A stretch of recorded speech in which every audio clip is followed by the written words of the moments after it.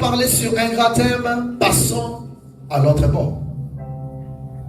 Mais dans ces grands thèmes, je vais peigner un sous-thème où je vais parler sur un parcours vers sa destinée. Ou soit un parcours vers la destinée. Je peux répéter avec moi, un parcours vers la destinée. Un parcours vers la destinée. Mais il a dit comme ça, un parcours vers ma propre destinée. Alléluia. Tous nous avons des destinées. Chacun a quelque chose que Dieu a écrit pour lui avant qu'il ne puisse même venir au monde. La Bible dit, avant que tu ne sois conçu dans le sang de ta mère, je te connaissais et je t'avais établi prophète des nations. Là, Dieu est en train de parler depuis l'éternité. Il avait déjà établi quelqu'un avant que la personne ne soit conçue dans le sang de sa mère. C'est-à-dire que lorsque tu viens dans le monde, tout ce que tu dois devenir, tu ne les rencontres pas comme si c'était des choses accidentelles. Non, mais ce sont des choses que Dieu avait déjà prescrit. Que lorsque tu viendras au monde, tu seras telle personne, tu seras telle personne. Tu vas rencontrer telle personne, tu vas te marier à telle femme, tu vas te marier à un tel homme. Alléluia. Mais le but du diable est pour que l'homme ne puisse pas marcher et entrer dans ce que Dieu lui avait prescrit. C'est pourquoi nous avons dit qu'il ne faut pas aller faire les sacrifices vite, mais il faut d'abord commencer par rester au pied de Jésus. Écouter ce que Jésus est en train de dire pour toi, c'est ce que tu vas agir avec fidélité. Une personne qui n'arrive pas à écouter Dieu, c'est une personne qui va commettre des erreurs et qui peut même compromettre sa destinée. Cette église est avec moi. Pour résoudre dans ta destinée, tu dois d'abord comprendre quelle est la pensée de Dieu. Qu'est-ce que Dieu me fait? Si tu n'arrives pas à comprendre cela, tu ne comprendras jamais quelle est la volonté de Dieu. C'est pourquoi le diable combat beaucoup plus la voie prophétique. Pour que l'homme soit dans l'ignorance. Lorsque le ciel est fermé et que la terre ne peut plus encore écouter Dieu, sachez très bien que nous allons vivre dans des désastres. Est-ce que quelqu'un me comprend? Pourquoi? Parce que c'est la parole de Dieu qui vient installer la lumière pour que l'homme arrive à comprendre quelle est la pensée de Dieu en ce moment. Lorsque je vais parler de la destinée dans ces textes, je vais bien expliquer, vous allez comprendre pourquoi je parle de la destinée dans ces textes. La Bible dit que Jésus était avec ses serviteurs. Ils ont travaillé. Après quoi, il va leur dire, passons à l'autre bord. C'est-à-dire qu'ils étaient à un autre endroit. Il leur dit, l'endroit où nous sommes, nous devons maintenant quitter. Et pour aller à un autre endroit. Dans la vie chrétienne, il ne faut pas rester stationné quelque part. Dieu ne nous appelle pas à être limité quelque part. Il y a une élévation pour une saison. Mais il y a aussi une autre élévation pour une autre saison. Il y a une dimension pour une saison. Il y a aussi une autre dimension pour une autre saison. Or, afin que Dieu nous porte de saison en saison, c'est-à-dire que nous devons aussi aller aussi de progrès en progrès. Si en ces saisons telles que celui-ci, Dieu nous a élevés à un niveau, c'est ce que Dieu doit s'élever encore plus haut niveau. Oh, l'église n'a pas dit Amen. Écoutez, avec Dieu, ce n'est pas que nous devons rester seulement au bord où nous sommes. Mais avec Dieu, nous devons aussi parcourir et aller dans notre contrée, aller aussi à un autre niveau. Passer à l'autre bord veut dire quitter une autre dimension pour une autre dimension. Quitter un niveau à un autre niveau. Parce que quelqu'un est en train de me comprendre. Tu ne peux pas aller ou marcher avec Dieu pendant que tu restes seulement statique à un seul niveau. Non, non. Dieu ne marche pas seulement par un seul niveau. Mais avec Dieu, nous devons quitter de niveau pour niveau, de succès pour succès. Ce que Dieu a fait pour toi aujourd'hui ne veut pas dire que tu es limité là. Ce que Dieu t'a donné aujourd'hui ne veut pas dire que Dieu s'est limité là. Demain, Dieu te donnera encore plus que ce que tu as. L'élévation que tu as aujourd'hui, lorsque tu quitteras pour partir à un autre monde, Dieu t'amènera encore à un autre niveau d'élévation. Oh, je parle à une église qui comprend que c'est l'état pour que je traverse pour un autre monde. Tu ne peux pas demeurer seulement où tu étais. Il était là parce qu'il avait une mission là. C'était une période où il devait rester là. Mais l'état voulu de Dieu étant arrivé, c'était le moment où, non, nous avons compris que le niveau où nous sommes, fini, j'en ai assez. Maintenant, je dois traverser pour l'autre côté. Aujourd'hui, tu vas traverser pour un autre côté. Écoutez, la destinée, c'est quelque chose qui est un voyage. Nous sommes de l'autre côté, nous devons voyager pour un autre niveau. C'est où l'Éternel est en train de t'attendre. Je veux dire à une personne une chose. Vous savez, pour traverser, quitter d'autres mondes, pour un autre monde, c'est-à-dire que tu dois rejoindre sur ta destinée. Tu dois quitter, tu dois marquer des pas. Tu ne peux pas commencer à marcher comme si ta situation là est éternelle, comme si ta situation là était bonne. La Bible dit ceci, lorsque Dieu est en train de créer, quelque part il a dit que Dieu vit que c'était bon. Mais quelque part la Bible dit, Dieu vit que maintenant c'était encore trop bon. L'église doit arriver à un niveau qui était le niveau de trop bon, de bon, pour aller à un niveau de trop bon. Si tu es en train de te contenter seulement de bon, sache que dans la Bible, là, il y a aussi notre niveau, un autre niveau de trop bon. C'est où Dieu est en train de t'attendre. Il ne faut pas te dire que non, tout ce qui se passe là, maintenant c'est bon, maintenant j'ai l'argent, je roule. Non, non. Écoutez, il y a encore d'autres bords que tu dois encore franchir, que tu ne peux pas encore arriver. Il y a quelque part de l'autre bord où Dieu est en train de t'attendre. Amen. Dans cet enseignement, nous allons comprendre que dans le voyage ou le parcours de la destinée, il y a des choses que tu dois savoir. Il y a le travail de Dieu, il y a le travail du diable, il y a aussi ton travail. Est-ce que quelqu'un m'a compris? Dans une destinée, il y a Dieu qui va travailler dans ta destinée. Le diable aussi va aussi travailler dans ta destinée. Et toi-même aussi, la personne de la destinée, tu as aussi ta part de responsabilité. C'est-à-dire que dans la vie d'une personne, lorsqu'on parle de la destinée, il y a 3 personnages qui seront mis en scène. Dieu, le diable et la personne de la destinée. Voilà pourquoi ici, Dieu était en train de dire que personne à l'autre bord. Mais ce qui m'a étonné, il n'a pas dit passer à l'autre bord. Il n'a pas dit vas-y à l'autre bord. Mais il a dit passons à l'autre bord. Yes. C'est-à-dire que lorsque tu fais ton voyage vers ta destinée, tu n'es pas seul. Tu dois être rassuré que tu n'es pas en train d'aller seul, mais tu es en train de passer avec Jésus. Amen. Est-ce que quelqu'un m'a compris? Est-ce que quelqu'un m'a compris? Amen. Dans la destinée, tu ne peux pas aller seul. Jésus ne les avait pas envoyés, partez de l'autre bord. Mais il a dit avec eux, passons à l'autre bord. Est-ce que tu as fait Jésus avec Jésus? Et qu'est-ce qui s'est passé? Il y avait aussi d'autres barques. La Bible dit qu'il se sépara de la foule, appela ses disciples et choisissait une barque. Dans la barque où il était, ils sont partis. Dans la destinée, pour vaincre la première chose, tu dois se séparer avec la foule. Est-ce que quelqu'un m'a compris? La Bible dit qu'il s'est séparé de la foule. Il a appelé ses disciples de la barque où il était. C'est-à-dire que dans cette barque-là, qu'il devait partir vers l'autre bord, ce n'était pas tout le monde qui était entré à l'intérieur. Mais Dieu avait sélectionné certaines personnes qui étaient ses disciples afin de traverser avec eux. Le mal avec toi dans ta destinée, tu fais partir avec la foule. Imagine-toi si Jésus prenait toute la foule dans une même barque, mais ça allait s'assombrer. Vrai ou faux? Ils allaient connaître naufrage. Mais il fallait commencer d'abord à faire quoi? Se séparer de la foule. Lorsque dans ta vie tu ne sais pas te séparer de la foule, il te sera difficile de vaincre dans ta destinée. Chacun a sa vie comme nous sommes là. Chacun a son parcours. Le combat de ton frère n'est pas ton combat. La victoire de ton frère n'est plus aussi ta victoire. Chacun a sa victoire. Chacun a aussi ses combats par rapport à sa destinée. Nous pouvons sortir de la même famille, mais chacun a sa destinée. Mais pourquoi toi tu fais avec tous? Pourquoi tu fais calquer ta vie sur la vie de ton frère? Pourquoi tu fais calquer ta vie sur la vie de ta sœur? Ne calque jamais ta vie sur la vie de quelqu'un d'autre, que lorsqu'il va réussir, c'est-à-dire je réussirai. Même si mon grand frère ça ne va pas chez lui, c'est-à-dire que c'est normal parce que chez lui aussi ça ne va pas. Non, non, il ne faut pas te consoler aux souffrances des autres. Pourquoi chacun a sa période?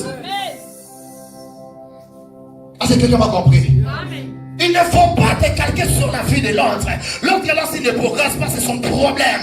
Mais moi, je dois faire tout pour être rassuré que je suis en train de partir à l'autre bord. Que je suis en train d'effectuer déjà mon voyage destinal.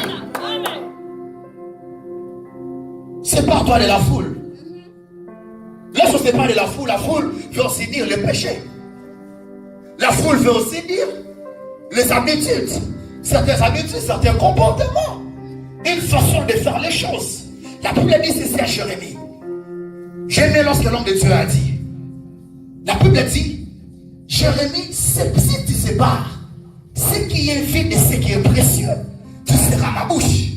Pour partir dans ton voyage destinal, tu dois accepter aussi de te séparer de certaines choses. Lorsque tu n'arrives pas à séparer, à faire le choix, à faire la sélection de ce que tu ne veux pas, il te sera difficile de vaincre. Il y a une personne qui ne sait pas séparer, faire la part des choses, c'est une personne qui va tout englober et ça va le détruire. Écoutez, ce que tu ne détruis pas aujourd'hui, ce que tu ne refuses pas aujourd'hui, te détruira demain. Si une chose, lorsque c'est mauvaise, tu dois t'en séparer. Je vais même te choquer. Il y a d'autres relations même dans lesquelles tu peux aimer ou proposer une personne en mariage, mais si Dieu n'est pas là-bas, il faut te séparer. Amen. Parce que ça te détruira. Alléluia. Voilà pourquoi nous disons qu'il faut d'abord commencer par écouter Dieu. Écoutez, je vais t'épingler une chose. Dieu, avant de te dire quelque chose, il ne promet jamais sans avoir réalisé. Avant de te promettre, Dieu commence d'abord par réaliser avant de te promettre. Est-ce que quelqu'un m'a compris? Dieu commence d'abord à faire la chose avant de te la promettre. Dieu ne donne pas d'abord sa parole avant de réaliser cela. Il commence d'abord par réaliser la chose, après il va te promettre pour que la prophétie que tu as là ne puisse pas rater mais puisse arriver. Tout ce que Dieu t'a dit pour ta vie, tu vas arriver de l'autre côté. Tu n'échoueras pas. Tu ne tomberas pas. Pourquoi? Parce que tu marches avec la parole de Dieu. Tu es en train de marcher avec Dieu. Écoutez, tu dois accepter de te séparer de la foule. Tu dois accepter de dégager certaines choses sur ton chemin. Si vous lisez même 2 Rois chapitre 2 verset 2 là-bas, vous allez trouver une histoire à partir du verset 12. La Bible est en train de dire ceci, que Élie est en train de partir. Mais Élisée lui disait, maître, je vais te suivre parce que j'ai besoin de ton double onction. Mais lorsqu'ils sont arrivés au lieu où ils devaient être enlevés, la Bible dit qu'il y a eu un tourbillon. Il y a eu des chars, des chevaux qui se présentaient là et ils les ont séparés. Est-ce que vous avez compris? Ils marchaient tous les deux ensemble. Mais pour que celui-là puisse rejoindre sa destinée, il fallait qu'il se crée une différence, une séparation. Pourquoi? Parce que tu marches avec moi, mais moi j'ai ma destinée. Tu marches avec moi, mais ceci c'est le temps pour moi de partir. Est-ce que quelqu'un est en train de me comprendre? Il ne faut pas faire ta course avec tout le monde. Il ne faut pas marcher, entrer dans ta barque avec tout le monde. De la barque qui t'amène vers ta destinée, entre seulement qu'avec Jésus.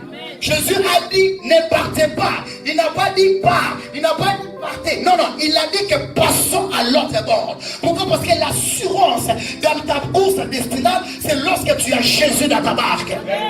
Lorsque tu n'as pas Jésus, tu vas échouer. Mais quelqu'un qui a Jésus, il va arriver. C'est pourquoi la Bible dit, David est en train de dire, l'Éternel est mon berger. Je ne manquerai de rien. Lorsque je traverse les vallées de l'endroit, je ne crains aucun mal car sa houlette et son bâton me rassurent. Écoutez, ce qui va te rassurer dans ta barque, c'est lorsque tu as Jésus pour partir de l'autre côté. Beaucoup de gens échouent. Pourquoi? Parce qu'ils n'ont pas Jésus dans la barque. Même pour ceux qui ont Jésus dans sa barque, c'est un bon berger qui va prendre bien soin de toi. La Bible dit ceci, vous les brebis, tout ce que vous savez, n'ayez pas peur parce que les bergers vous les donnera. Une personne qui a Jésus, ce n'est pas une personne qui va pleurer. Pourquoi? Parce que tout ce que tu as besoin, le berger connaît que tu en as besoin. Et c'est lui qui va aller tuer l'animal pour toi, il va chercher pour toi du mieux pour toi. C'est sa responsabilité. Lorsque tu fais la course avec Jésus, tu ne tomberas pas. Parce que c'est un bon berger. La Bible dit que je ne vous laisserai pas orphelin. Je vous enverrai les consolateurs. Lui, il marchera avec vous. Oh, je vais dire à une personne que tu n'es pas orphelin. Je vais dire à une personne que tu n'es pas orphelin. Je dis à une personne que tu n'es pas orphelin. Je rappelle à une personne que tu n'es pas orphelin. Pourquoi? Parce que le Saint-Esprit est là avec toi. Dieu est avec toi. Passons. Qui se ne t'envoie jamais ça. Parce qu'il sait que c'est des choses que tu vas rencontrer. ça nécessitera qu'il soit avec toi. Pour qu'il puisse ordonner à ce que la tempête de ta vie puisse s'apaiser. Afin que tu ne choues pas, mais que tu arrives où Dieu t'avait appelé. Amen. Si tu n'invites pas Christ dans ta barque, qui seras-tu? Est-ce que tu vas réussir? Sans Jésus, on ne serait pas ce que nous sommes aujourd'hui. Chacun de nous connaît son histoire. Chacun de nous connaît où est-ce qu'il est né et comment il est né. Chacun de nous connaît bien des multiples maladies qu'il a souffert. Connaît des problèmes où il est traversé de feu, de vent, de marée. Mais si nous sommes aujourd'hui où nous sommes, c'est parce que Christ ne nous a pas abandonnés. Malgré nos faiblesses, malgré tout ce qu'on a fait, malgré tout, Jésus nous aime. Jésus nous aime. C'est pourquoi nous vivons aujourd'hui. Si ce n'était que pour les hommes, on serait déjà morts. Si c'était que pour les hommes, nous ne serions même pas aux États-Unis. Si c'était que pour les hommes, on ne prêcherait même pas l'évangile. Mais parce que Jésus-Christ t'a sélectionné, c'est pourquoi tu es en train de vivre au jour d'aujourd'hui. Est-ce que tu ne peux pas acclamer c'est Jésus? Est-ce que tu ne peux pas acclamer c'est Jésus? Est-ce que tu ne peux pas acclamer c'est Jésus? Est-ce que tu ne peux pas acclamer c'est Jésus? Oh, est-ce que tu ne peux pas acclamer c'est Jésus? Il est bon, c'est Jésus, je l'aime beaucoup. Alléluia. Alléluia. Il faut quitter la foule.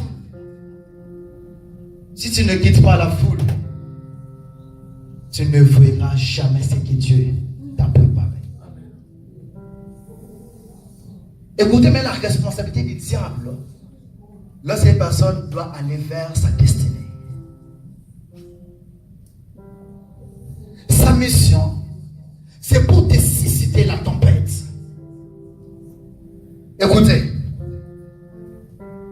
lorsque Dieu te promet quelque chose, cela ne veut pas dire que tu ne vas pas rencontrer des problèmes qui vont sembler contredire ce que Dieu t'avait promis. Alléluia. Il y a des choses que Dieu va te dire, mais cependant tu vas rencontrer des situations dans ta vie au point que tu vas te sentir même incapable encore d'avancer. Tu vas te dire, est-ce que je me suis trompé? Est-ce que réellement je suis dans le vrai? Est-ce que réellement c'est Dieu qui m'a envoyé? Pourquoi? Parce que Dieu ne décourage jamais quelqu'un. Mais le mystère de découragement vient du diable. Le diable peut utiliser quelqu'un pour te donner un conseil qui va te décourager. Le diable peut aussi te créer des situations pour te décourager. Figure-toi un peu ces gens sur la barque en train de traverser.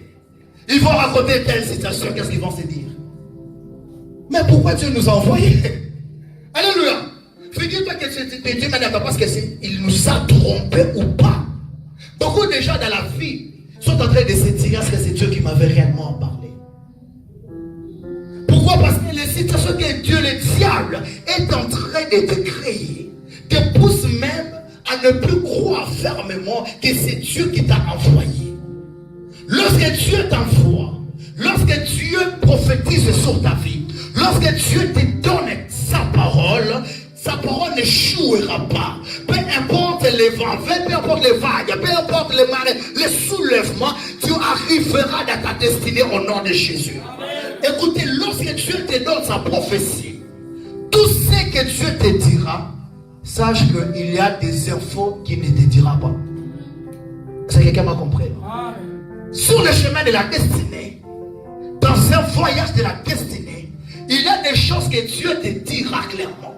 Et il y a aussi d'autres infos que Dieu ne te dira pas. Il te laissera découvrir.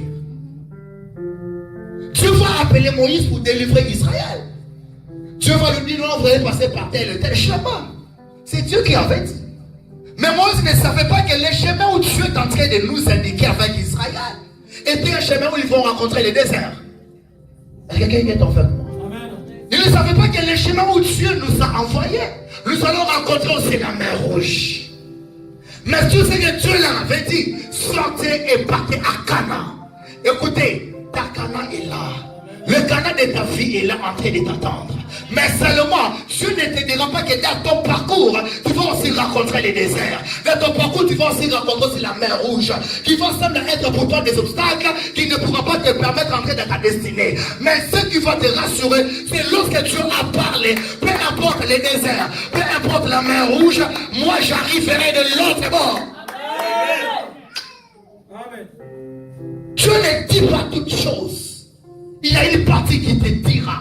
Mais le combat que tu vas rencontrer, pourquoi il se dit ça? Écoutez, les enfants d'Israël vont commencer même à murmurer. Au point de dire, mais il fallait nous laisser vivre là-bas. Vous nous avez maintenant amenés ici dans le désert pour mourir sans sépulcre.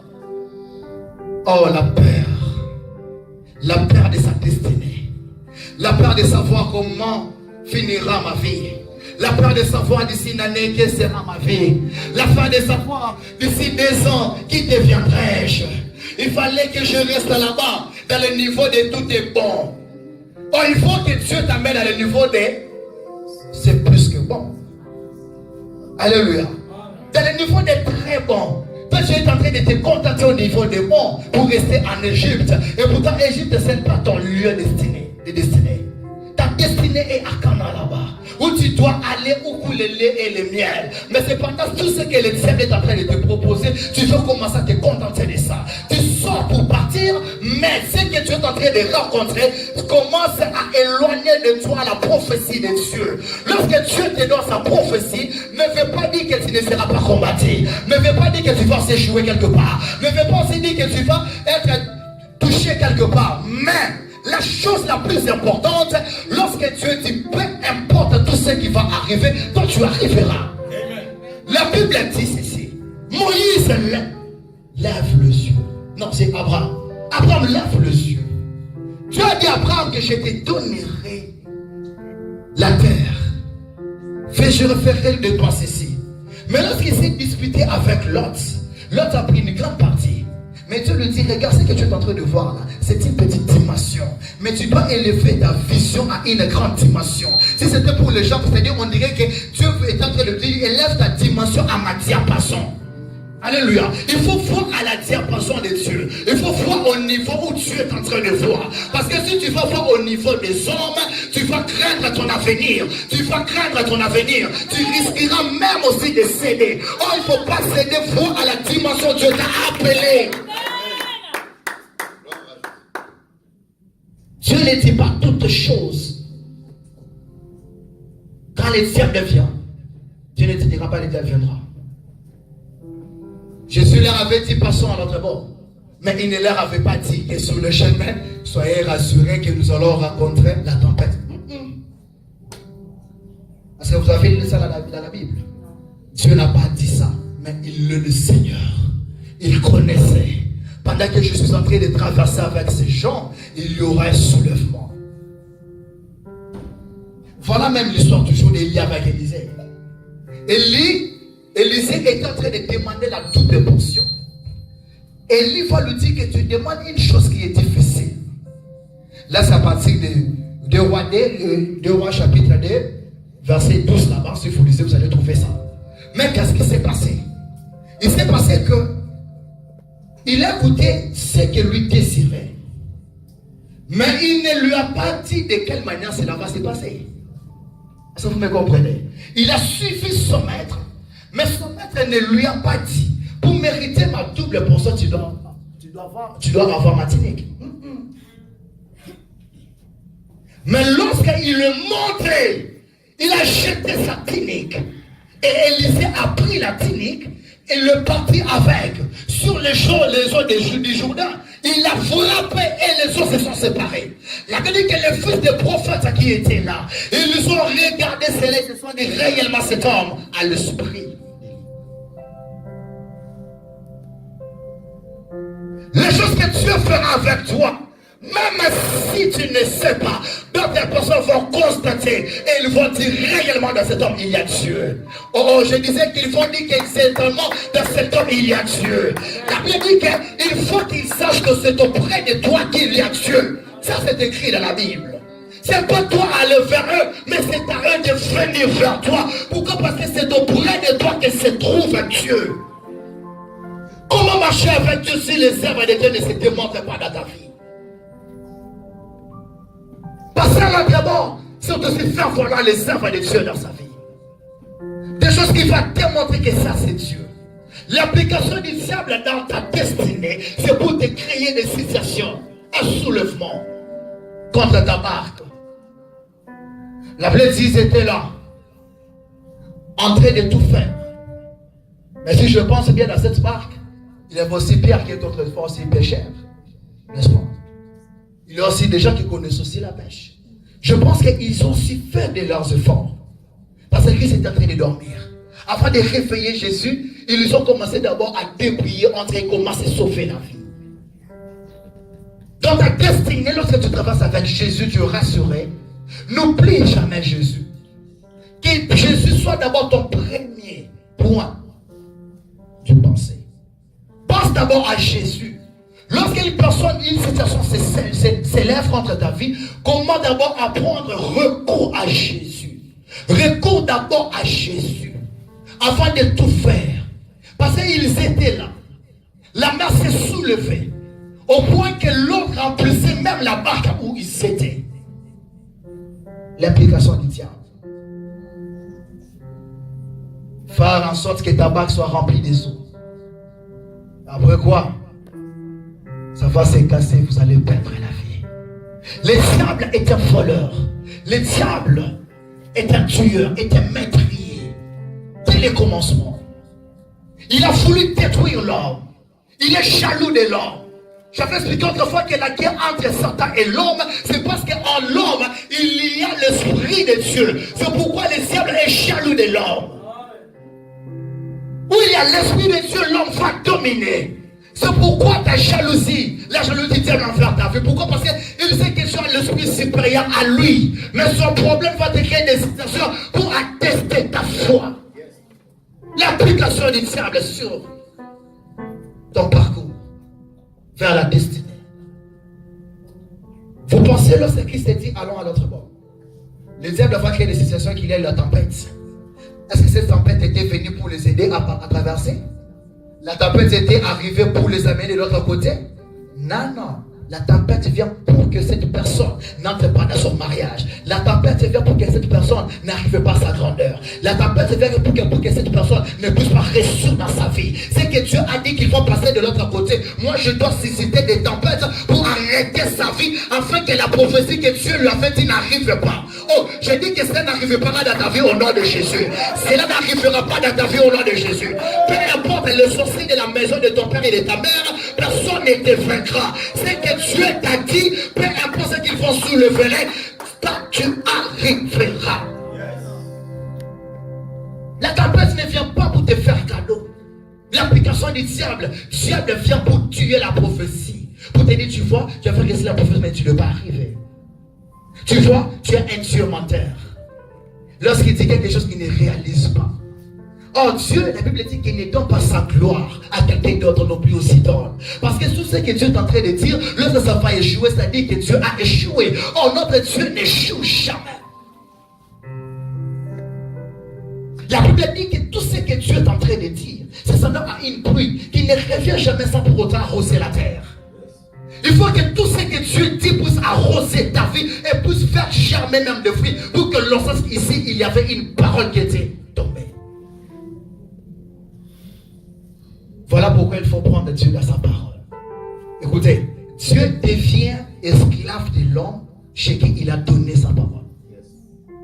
Est-ce que quelqu'un m'a compris? Est-ce que quelqu'un m'a compris? Il devient esclave de l'homme chez qui il a donné sa parole. Lorsque Dieu va te donner sa parole, automatiquement, il va se sentir dans l'obligation de réaliser cela. Est-ce que quelqu'un a des promesses de Dieu ici? Si tu es là, commence à balancer ta main. On applaudit pour toi-même. Pourquoi? Parce que tu as l'assurance. C'est que Dieu t'a dit, ça va créer chez toi l'assurance. Pourquoi? Parce que Dieu fera tout. Il sait que j'ai déjà dit quelque chose. Et je ne dois pas accepter ce que ma gloire soit donnée aux idoles. Je dois réaliser cela. Qu'est-ce que Dieu t'a dit? Troisième point pour Clonky, c'est ton implication toi-même. La responsabilité de l'homme. Écoutez, lorsque Jésus s'est réveillé, la Bible dit que il va parler à ce que la tempête puisse se calmer. Mais je ne suis pas là. Après, il va se tourner vers l'homme pour lui dire, les hommes de peu de foi. Est-ce que vous avez compris ça? Les hommes de peu de foi.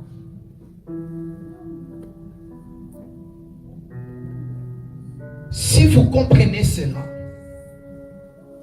vous allez comprendre que c'était une formule où Dieu leur disait, ce que vous m'avez demandé à faire à votre endroit, ce sont des choses que vous devez normalement faire vous-même. Est-ce que vous avez compris ça? Lorsque Christ est en train de dire que les hommes de peu de foi, c'est-à-dire que Christ savait que en eux, lorsqu'ils sauront la foi, ils seront capables de dire à la tempête, tais-toi et cela va obéir. Mais au lieu de le faire, l'homme a perdu la foi à cause de l'implication du diable. Tu ne peux pas faire dans ta destinée lorsque tu n'as pas la foi. La foi, c'est semblable à l'énergie qui te donne encore la force pour avancer. La foi, c'est l'assurance que je vais vaincre. La foi, c'est l'assurance que je vais me marier. La foi, c'est l'assurance que je vais être grand dans ma vie. L'assurance que je vais réussir dans ma vie, c'est la foi. Peu importe la tempête, mais mon rôle à moi, c'est garder la foi. Non par rapport au soulèvement de la tempête, mais par rapport à la parole de Dieu qui m'a dit, passons à l'autre bord. La Bible dit que le juste ne vivra pas par la vie, mais par la foi. Parce qu'ils étaient en train de vivre par la vue. Qu'est-ce qu'ils voyaient? Ils voyaient le soulèvement. Ils voyaient la tempête. Et cela les avait effrayés. Ils ont perdu la foi. Que nous n'allons pas arriver, nous allons périr. Après la personne qui nous avait dit, oh non, lorsque Dieu t'a donné la parole, avance.